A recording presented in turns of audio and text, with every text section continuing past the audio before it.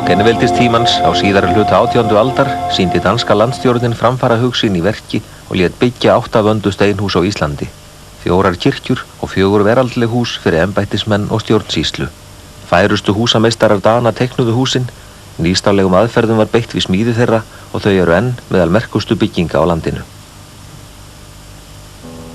Fyrsta steinhúsið var teiknað 1752 en það var slotið í Viðey, bústaður Skúla Magnússonar sem skipaður var í embætti landfógeta fyrstur íslenskra manna og þangað flutti hann frá Bessastöðum.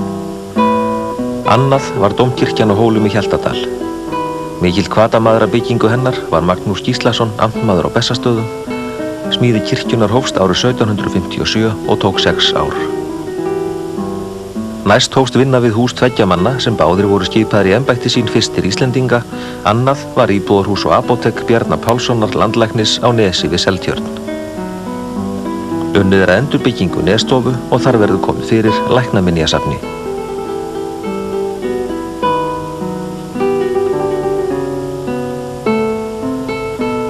Hitt húsið og það 4. í röðinni var langþráður embættisbústaður Magnúsar Gíslasonar, amtmanns á Bessastöðum. Smíði beggja húsanna hófst 1761 en það var drengskaparbragð amtmanns að láta hús landlæknis ganga fyrir sínu. Smíði Bessastaðastofu lauk vorið 1766. 5. steinhúsið sem landstjórnin lét reisa var tukthúsið í Reykjavík. Það var fullbyggt 1770. Hið gamla tiftunarhús sem lengi var kallað Múrinn hýsir nú æðstu ráðamenn þjóðarinnar. 7. húsið var svo kirkjan í Viðey, vígð 1774. Hún var byggð úr grjóti sem gekk af við byggingu Viðeyjarstofu.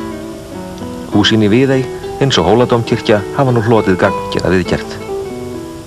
Hið 7. var Landakirkja í Vestmannaeyjum, sennilega fullbyggð 1778 en hún er nú mjög breytt frá upprunalegri mynd. 8. og síðasta húsið í þessari framfaraskorpu dönsku stjórnarinnar var kirkjan á Bessastöðum, tekin í notkun 1795. Saga þessara 8 stílhreinu húsa tengist á margan hátt Bessastöðum, aðsetri valds og stjórnar í gegnum aldirnar og saga Bessastaða er samofin sögu þjóðarinnar. Hún vitnar jafnt niðurlægingu þjóðar undir erlendri áþján sem endurreisn hennar í fyllingu tímans.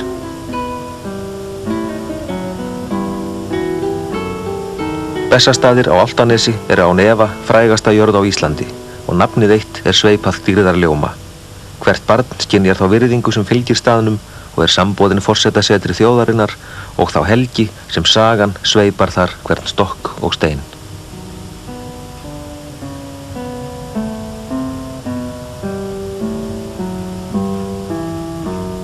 Það er viðfangsefni þessa þáttar að fjalla í nokkru sögu Bessastaða, húsanna þar, Bessastaðakirkju og Bessastaðastofu og þess fólks sem þar hefur markað spor og hvílir nú í helgri mold.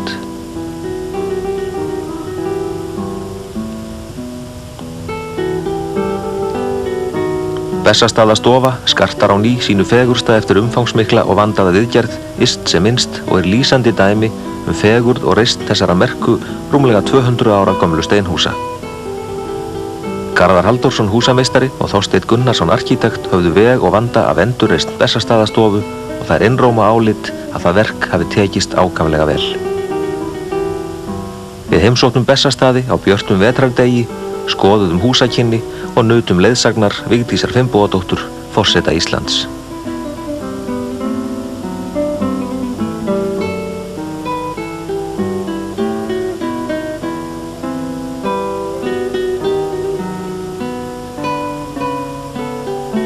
Nú hefur Bessastaðastofa fengið sína langþráðu endurreisn í þinni forsetatíð. Ertu ekki stolt af henni eins og hún lítur út núna? Jú, Bessastaðastofa er orðin fjarskalega falleg og reyndar var Bessastaðastofa falleg alveg frá byrjun. En sannast best að segja var húsið svo illa farið og skemmdir svo mikla sem ekki hafði verið sinnt að það var nauðsynlegt að gera eitthvað í því máli. Og reyndar er lífið hér innan dyra orðið allt annað eftir að viðgerðirnar fóru fram, því að nú erum við ekki lengur að hlaupa með fötur til að bregða undir allan lekan og heldur ekki við þann starfa að koma fyrir veggtöppum og gluggatjöldum fyrir sprungur og draga fyrir glugga ef að illa leit út. Svo að þetta öllum til ánægju. Mér finnst af þessu mikil sæmd fyrir Íslendinga að húsið skuli vera komið í þessa mynd, því að þjóðargersemar sem Bessastaðastofa eiga auðvitað að vera í góðu lagi og til augna yndis fyrir alla sem að koma hingað. Hér upp á loftinu, þar sem við erum stödd, fór fram mesta breytingin, því að í fyrri tíð Bessastaðastofu var hér ekki innréttað, heldur sváfu skólasveinar hér uppi á loftinu undir skarðshúð, en það var brugðið á það ráð að innrétta hér rými í þeim stíl sem húsið sjálft upprunalega og velja liti sem að hæfa þeim húsum sem að voru gerð á þessum tíma, því að þetta hús var teiknað í Danmörku eins og allir vita, og þar af leiðandi þá minnir þetta okkur á, við finnum að þetta sami stíll og þau fallegu hús sem að verið að endurreisa einnig í Danmörku frá þessum sama tíma. Af öllu því sem hefur verið gert hér þykir mér þó vænstum að við skildum finna fortíðina og að fornminjarnar sem að eru undir Bessastaðastofu, gamli konungsgarður, skuli sýna okkur og sanna að lýsingar frá Bessastaðastofum eru svo ótrúlega nákvæmar. Þetta vissum við ekki áður, til dæmis eins og að fjarlægð frá kirkjunni að konungsgarði og yfirleitt að hvernig húsaskipan var hér, það vissum við ekki áður en höfum nú fengið það staðfest. Og þarna fortíðin með okkur undir Bessastaðastofu og í framtíðinni hægt að fara þarna niður. Gestir og gangandi sem hingað koma eiga greiðan aðgang að þessum dýrlegu fornminjum þarna niðri sem hefur verið fallega búið En vissulega erum við hreykin af þessu þjóðarsetri okkar núna. Hingað getur hver og einn komið og við tökum á móti með reisn.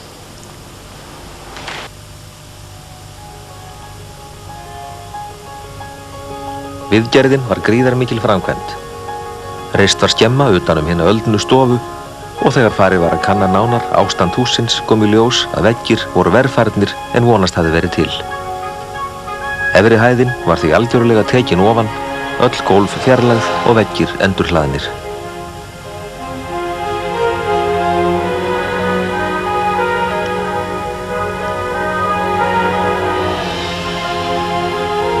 Fornleifafræðingar notuðu tækifærið og grófu eftir minjum í grunni hússins. Margt muna og mikill fróðleikur kom í leitirnar eins og við var að búast á þessum sögufræga stað. En smám saman tók húsið aftur á sig sína réttu mynd og Bessastaðastofa kom eins og endurfædd undan hlífðarkápu sinni tæpu ári eftir að framkvæmdur hófust, en alls tóku þær 16 mánuði. Nú má heita að öllu hafi verið komið fyrir aftur á sínum stað innan dyra. Anddyri á miðri langhlið og þaðan gengið í önnur herbergi og upp á loftið. Elsti gripurinn útskorinn kista frá því 1500. Húsgögn á Bessastöðum eru í klassískum stíl og íslensk myndlist prýðir þar veggi. Þar margt gripa sem embættinu hafa borist í gegnum tíðina, en persónlegir munir forseta setja svip á húsið hverju sinni. Á vinstri hönd heitir Thomsen-stofa eftir Grími Thomsen skáldi. Hér var gullsmíðastofa föður hans, hér fæddist hann árið 1820 og hér lést hann í þessu sama herbergi 76 árum síðar. Hér hefur frú Vigdís safnað ljóðum íslenskra skálda. Undir gleri á skrifborði forseta eru meðal annars sendibréf frá Jóni Sigurðssyni.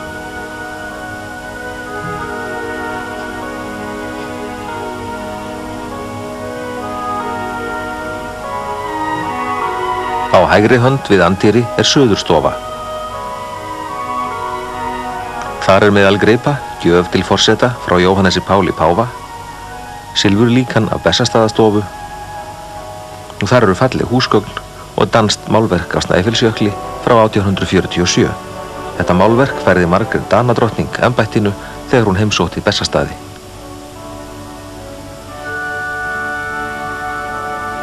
Blómaskáli er lítil viðbygging sem tengir Bessastaðastofu við móttökusalinn sem er austur af húsinu og er stærsta herbergið á Bessastöðum.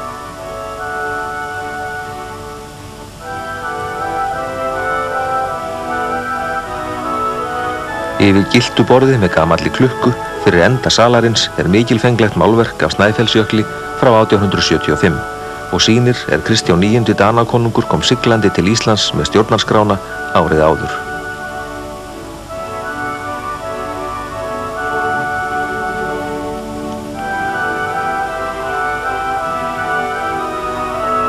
Í þessum sal fara fram ríkisráðsfundir og fjölmennar móttökur.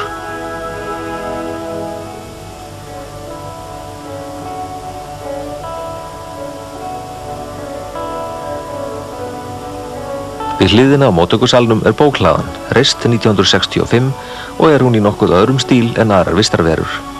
Hér er bókasafn Boga Ólafssonar fyrrum menntaskólakennara. Þetta borð frá 16. öld er kallað Jóhann Landlausi og er þekkt af ljósmyndum því við það eru allar ríkisstjórnir ljósmyndaðar ásamt forseta. Á borðinu eru 2 gamlar fallbyssukúlur. Meðal dýrgripa í bóklöðu eru ævintýri H.C. Andersen, árituð af höfundinum, Til min vidt begavede og dygtige venn Grímur Thomsen.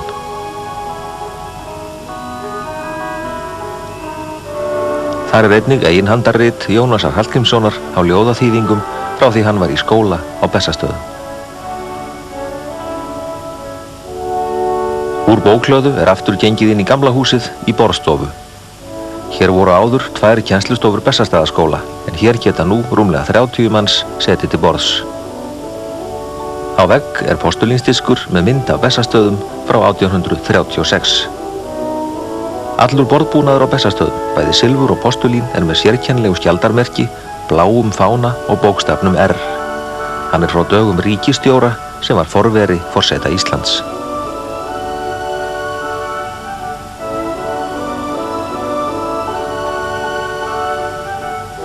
Húsið er nú afar fallegt og sérstaka athygli vekur hve allt handverk er vandað. Nú er í fyrsta sinn kjallari undir allri Bessastaðastofu. Eins og frú Vigdís gat er ætlunin að hafa þar til sýnis hið forna gólf konungsgarðs sem kom undan moldu og ýmsa góða gripi sem fundust við fornleifarannsóknir meðan á viðgerð hússins stóð.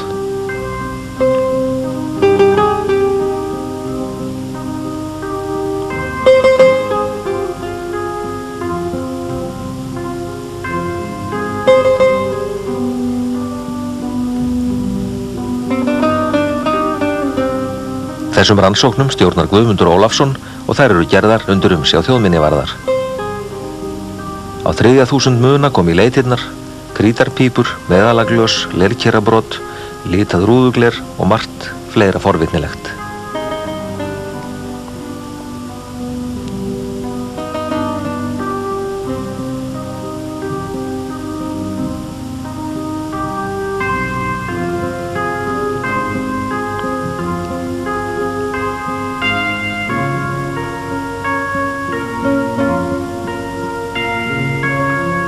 Allir segja þessir munir einhverja sögu og vitna það mannlíf sem lifað var á Bessastöðum og hvert lítið brot á sinn þátt í að fylla upp í eyðurnar.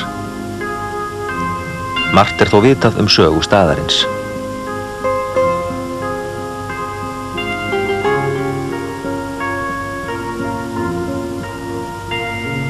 Getið er kirkju á Bessastöðum árið 1200 og á 13. öld er jörðin í eigu Snorra Sturlusonar, sagnaritarans mikla í Reykholti. Í Sturlungu segir að árið 1235 hafi Snorri verið suður á Bessastöðum sumarið að búi sínu. Við fall Snorra komust Bessastaðir í eigu konungs og 14. öld var staðurinn orðinn aðsetur erlendra hirðstjóra, grundvöllur jarðeigna konungs hér á landi og miðstöð stjórnvaldsins, Bessastaðavaldsins. Á 15. öld voru höfuðsmenn settir yfir landið, þeir voru misjafnlega þokkaðir og Íslendingar drápu marga þeirra, þar á meðal Lénharð fógeta. Siðaskiptin á 16. öld reyndi Bessastaðavaldið að þröngva hinum lúterska sið upp á landslýð. Frægur Kristján skrifari fógæti á Bessastöðum sem lagði á ráðin aftöku Jóns biskups Arasonar og sona hans í Skálholti 7. nóvember 1550. Einn athafnasamasti hirðstjóri 16. aldar var Páll Stígsson sem meðal annars kom á Stóradómi alræmdum lagabálki siðferðismál. Páll grafinn í Bessastaðakirkju og þar voldugur legsteinn hans. Í þjóðskjalasafni að finna embættisbréf frá upphafi 17. aldar, meðal annars með undirskrift Hellús Dóa. Árið 1627 rændu Tyrkir fólki og fénaði í Vestmannaeyjum og víðar og sigldu skipum sínum meðal annars inn á seiluna við Bessastaði. Þá lét Rósinkrans höfðusmaður hlaða virki eða skans norður á Bessastaðanesi til varnar konungsgarði og lét flytja þangað fallstykki og fóru nokkur skot í milli. 1649 var Henrik Bjelke gúvernör yfir Íslandi og gegndi stöðunni í 35 ár. Hann gerði tilraun til að færa alþingi Íslendinga í Kópavog til að hafa það nær sér en án árangurs. Á síðasta stjórnarári sínu, 1662, lét Henrik Bjelke helstu forystumenn Íslendinga sverja Friðriki konungi III og einveldinu hollustu eið í Kópavogi. Að erfðahyllingunni lokinni gerði Bjelke veislu með trómetum, fíólum og bumbum. Fallstykkjum var þar og skotið, 3 í einu, svo og á kongsins skipi sem lá á seilunni. Rakettir og fýrverk gekk þar þá nótt, svo undrum gegndi. Margir áttu erindi í konungsgarð, þeirra á meðal sá armi Jón Hreggviðsson sem mátti gista þar svarthólið í 18 vikur fyrir að stela snærispotta á Akarnesi. Árni Magnússon og Páll Vídalín ferðuðust landið í byrjun 18. aldar til að rannsaka landshagi samkvæmt konunglegri skipan og komu á Bessastaði 1703. Í jarðabókinni heldur nötuleg lýsing á jörðinni, húsum og búskaparháttum. Upp úr 1720 gerðist mikil örlagasaga á Bessastöðum sem hefur orðið skáldum hugleikinn. Norsk stúlka, Apollónia Svartskopf, sakaði amtmanninn Níels Fúrmann að svíkja sig heitorði. Var það því málarekstur og fékk hún amtmann dæmdan. Eftir sviplegan dauða hennar þótti sem hennar yrði vart á Bessastöðum og núverandi húsráðandi þar segir að enn sé ósvarað mörgum spurningum sálarró hinnar óhamingjusömu Apollóníu Svartskopf.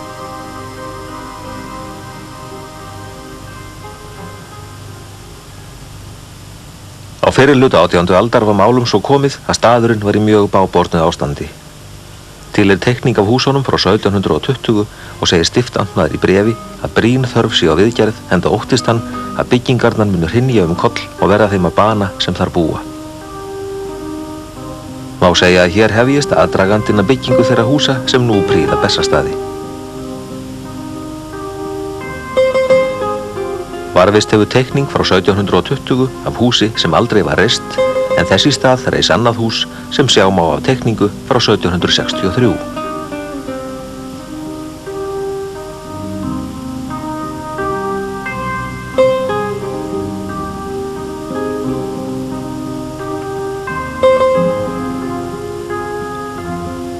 Þá eru til beiðnir viðgerðir á húsum og enn ein teikning frá 1751 sýnir konungsgarð í þáverandi mynd.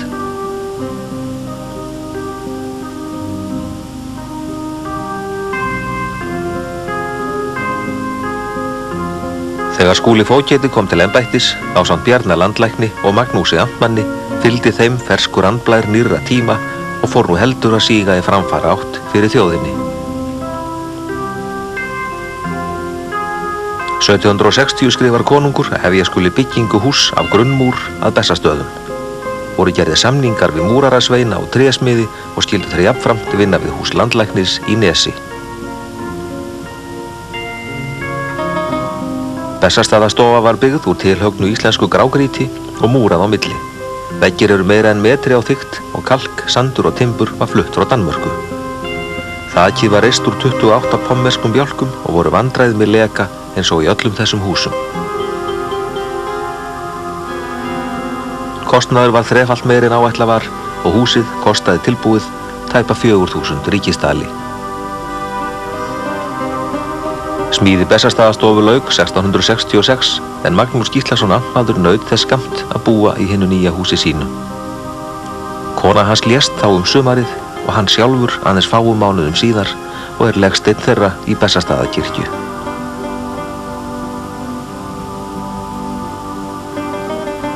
Til teikning af fyrirhuguðum stjörnuathugunarturni á Bessastöðum, en upp úr 1770 var komið upp vísi að stjörnustöð að Lambhúsum.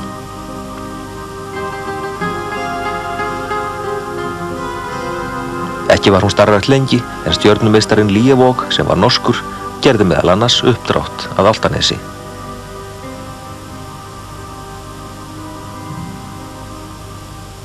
Nýir tímar fóru nú í hönd og senn leið að því að Bessastaði lykju hlutverki sínu sem konungsgarður. Einokunarverslun var aflögð, ýmsum kvöðum aflétt af konungsjörðum og sala þeirra hófst. Þegar Trampi greifi tók við embætti stiftamtmanns í upphafi 19. aldar, settist hann ekki að á Bessastöðum, heldur í fangahúsinu í Reykjavík. Með bréfi frá 1805 fengu Bessastaði nýtt og mikilvægt hlutverk því þangað fluttist eini læriði skóli landsins. Fyrst til bráðabirgða en svo til langframa því Bessastaðaskóli stóð í rúm 40 ár. Þegar kennsla hófst á Bessastöðum hafði hún legið niðri í 3 ár vegna niðurníðslu skólans á Hólavelli í Reykjavík.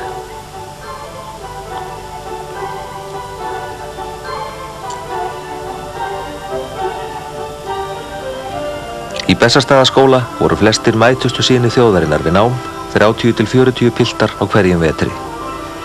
Í hópi þeirra voru fjölnismenn og hinn nýja æska landsins sótti menntun sína til kennara á borð við Sveinbjörn Egilsson rektor og Björn Gunnlaugsson stærðfræðing.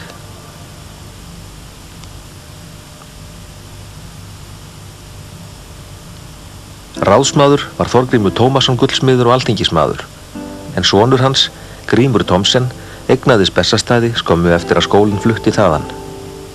Þar með kom staðurinn aftur í einkaeign Íslendings eftir 6 alda erlend yfirráð og fór vel á því að skáldið Grímur Thomsen tæki við þar sem þræðinum sleppti við lát Snorra Sturlusonar. Grímur gerði miklar endurbætur á jörðinni og hann lést þar 1896. 2 árum síðar eignaði Skúli Thoroddsen alþingismaður jörðina. Hann stóð fyrir miklum framkvæmdum á Bessastöðum og lét meðal annars setja kvistinn á þakið og taka sneiðingana af göflunum. Hann rak mikinn búskap, reisti nýju útihús og prentsmiðju og lét endurbæta kirkjuna. Jón H. Þorbergsson átti Bessastaði og rak þar búskap í 11 ár en hann hafði numið búnaðarfræði erlendis. Næsti eigandi var Björgúlfur Ólafsson sem verið hafði herlæknir hjá Hollendingum í Austur-Indíum. Árið 1940 seldi hann jörðina Sigurði Jónassyni, kunnum athafnamanni sem hófa margvíslegar endurbætur á jörðinni, húsum og kirkju. Þegar embætti ríkisstjóra hafði verið stofnað 1941 í kjölfar hernáms Danmerkur kom upp sú hugmynd að gera Bessastaði að aðsetri hins nýja þjóðhöfðingja.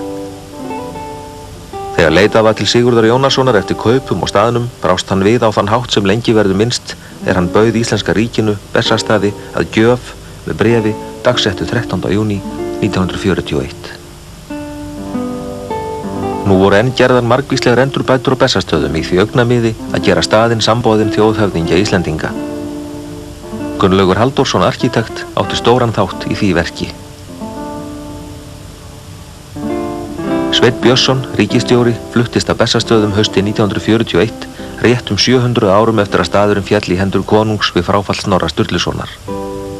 Og frá stofnun lýðveldis 17. júní 1944 hafa Bessastaðir verið aðsetur forseta Íslands. Sveinn Björnsson bjó á Bessastöðum til dauðadags 1952 og hann hvílir þar ásamt konu sinni Georgíu.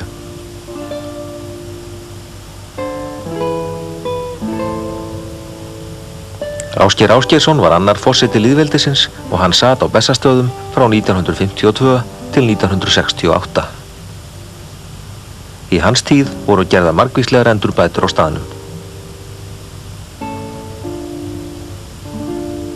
Dr. Kristján Eldjárn tók við embætti við fráfall Ásgeirs árið 1968 og gegndi því til 1980. Hann hafði verið þjóðminjavörður og ritaði meðal annars örnefni í Bessastaðalandi.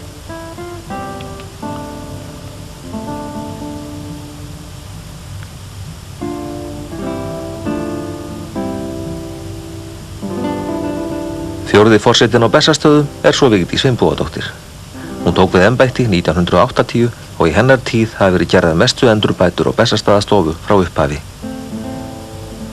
Má segja að gert hafi verið við húsið í hólf og gólf og það fært í upprunalega mynd eftir því sem unnt var. Þó var kvisturinn látinn halda sér en hann var ekki á Bessastaðastofu í öndverðu. Húsið hefur nú endurheimt sinn fyrri glæsileik og fögur umgjörð aðsetur forsetans og þær athafnir sem þar fara fram. Erlendir höfðingjar sækja Bessastaði heim, margir góður gestir eiga þangað erindi, ekki síst Íslendingar sjálfir sem gjarnan heimsækja forseta sinn. Þótt Bessastaðastofa hafi fengið sína viðgerð enn ólokið nokkrum framkvæmdum við húsin í kring.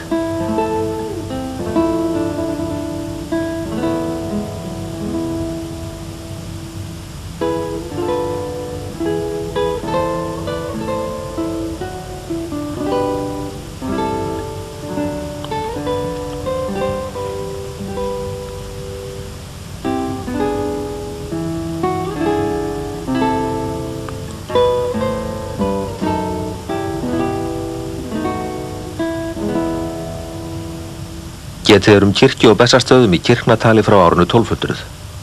Hér var lengi pressetur en nú heyrir sóknin undir garðaprestakall.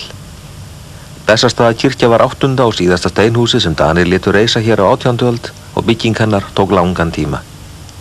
Hafist var handa 1777 og kirkjan var ekki tekin í notkun fyrir 1795. Turnin var þó ekki fullgerður fyrir mun seinna eða 1823. Veggir kirkjunar eru þykkir eins og í Bessastaðastofu, hlaðnir úr tilhögnu grjóti og múrað á milli.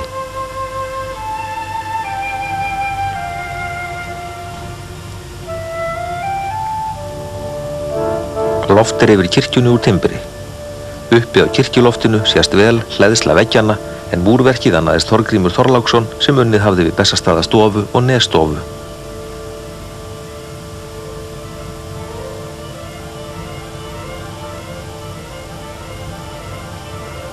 Tréverkið í þakinu voldugt og 2 klukkur hanga í turni.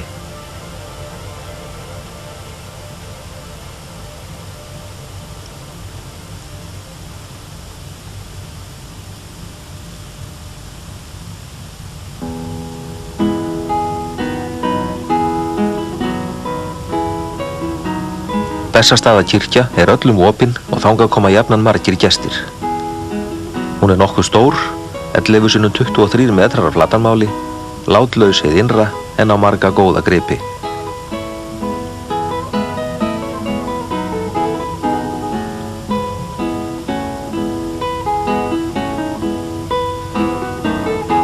Altaristaflan í eigu Listasafns Íslands. Hún eftir Mugg, máluð árið 1921 og sýnir Krist lækna sjúka.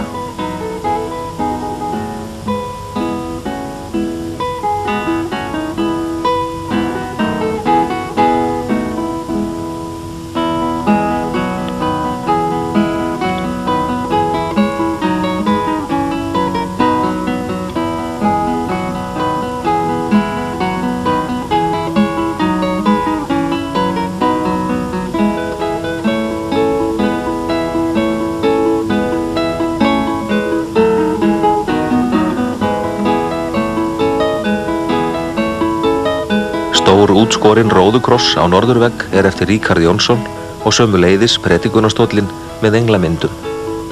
Þessir gripir eru báðir frá 1947.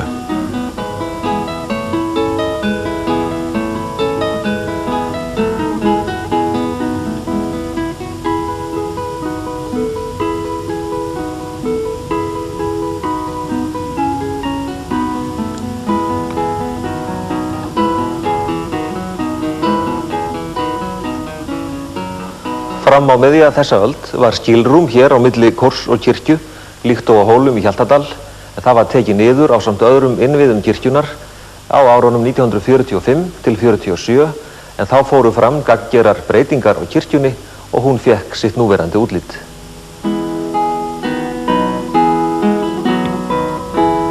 Gamla ljósmyndir sýna innréttingu kirkjunar eins og hún var fyrir breytinguna.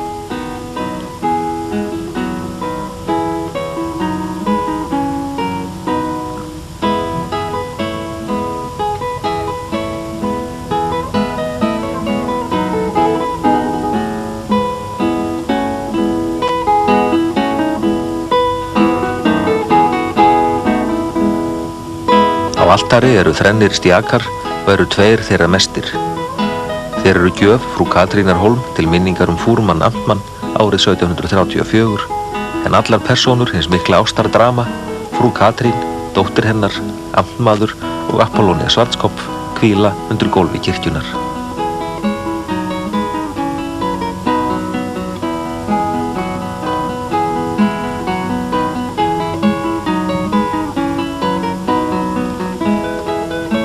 Meðal gripa kirkjunar Guðbrandsbiblía og merkur silfurkaleikur og patína í gotneskum stíl, líklega frá 15. öld. Kirkjunni voru gefnar fagrar oblátudósir úr silfri árið 1774 til minningar Magnús Gíslason amtmann. Þær eru þó eftirlíking því frumgerðin var seld árið 1897 en er nú í þjóðminjasafni. Kaupanda var gert skylt að láta smíða nákvæma eftirmynd sem tókst vel.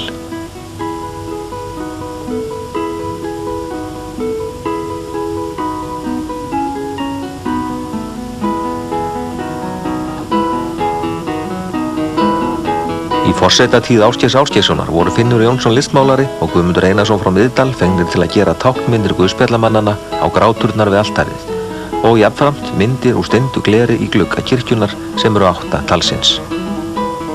Þótt steindir gluggar eigi stílsögulega ekki fyllilega heima í barokkkirkju eins og þessari eru þeir engu að síður fagurt verk. Þeir voru unnir í Englandi og fylgja enskri gluggaskreytingarhefð.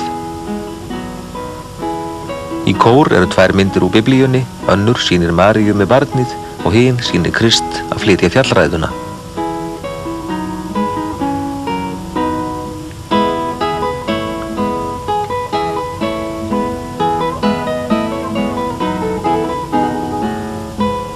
Hinar myndirnar 6 eru úr íslenskri kristnissögu og sýna sálmaskáldið mikla Hallgrím Pétursson,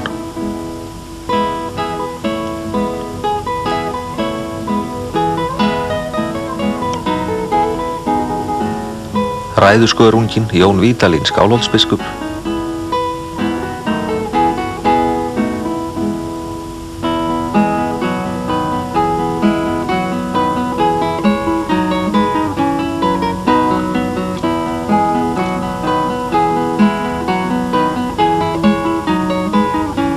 Guðbrand Þorláksson Hólabiskup með biblíu sína undir hendi,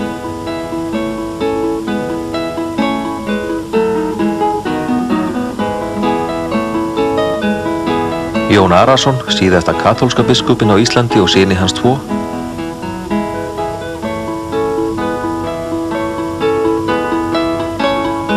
Þorgeir ljósvetningagoða við kristnitöku og alþingi árið 1000.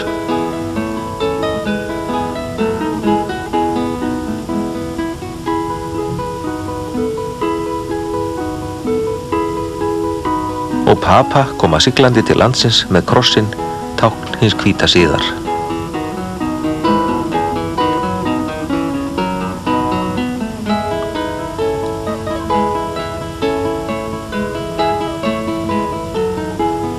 Á norðurvegg er leggsteinn Magnúsar Gíslasonar amtmanns og konu hans og þar stendur einnig skírnarsár úr steini.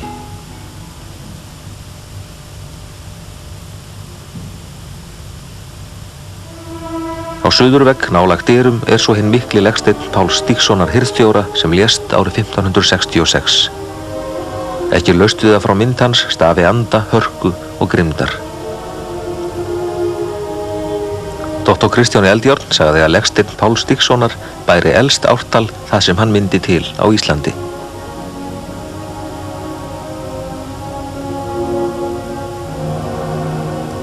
Þá eru í kirkjunni minningatöflur látna forseta Íslands.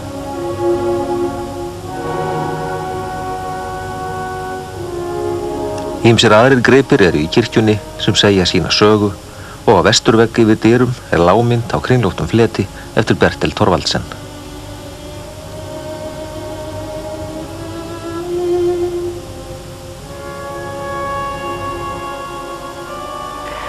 Sagan talar til okkar hérna allar stundir.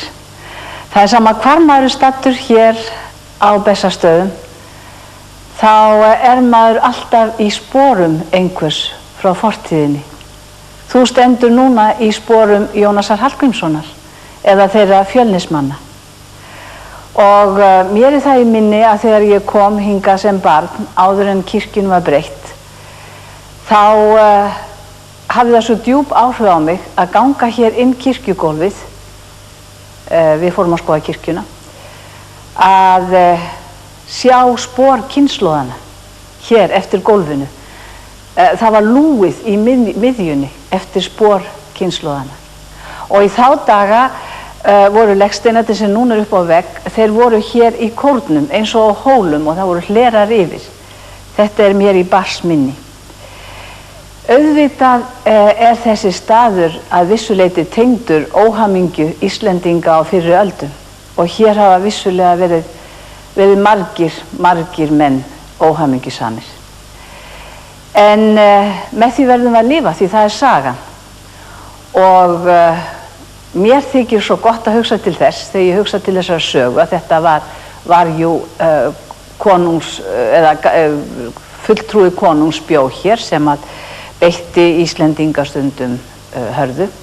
Þá finnst mér svo gott að hugsa til þess á þessum stað hvernig líf okkar nú orðið og hvernig forfeður okkar sem að lifðu Bessastaði í annarri mynd en við gerum núna, hvernig þeir hefðu glaðst, hefðu þeir séð líf okkar í dag. Þetta manni mjög ríkt í huga hér heima á þessum stað. Að muna fortíðina og að meta nútíðina.